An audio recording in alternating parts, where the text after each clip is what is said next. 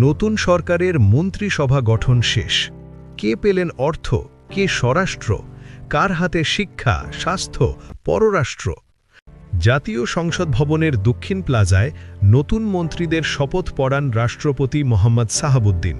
মোট ২৫ জন সাংসদ সদস্য পূর্ণ মন্ত্রী হিসাবে দায়িত্ব পেয়েছেন।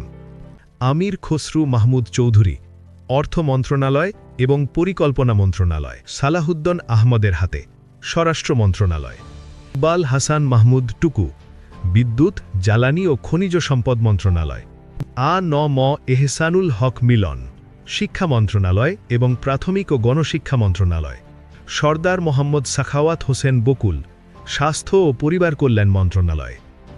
নারী ও সমাজ কল্যাণে দায়িত্ব পেয়েছেন এ.জেড.এম জাহিদ হোসেন, খলিলুর রহমান পররাষ্ট্র মন্ত্রণালয়। পরিবেশ ও জলবায়ু পরিবর্তনের দায়িত্বে আব্দুল আউয়াল মিন্টু, শেখ রবিউল আলম সড়ক, রেল ও নৌ পরিবহন খাতে। আপনার মতে এই মন্ত্রিসভা কি দেশের জন্য ইতিবাচক পরিবর্তন আনতে পারবে? কমেন্টে আপনার মতামত জানান।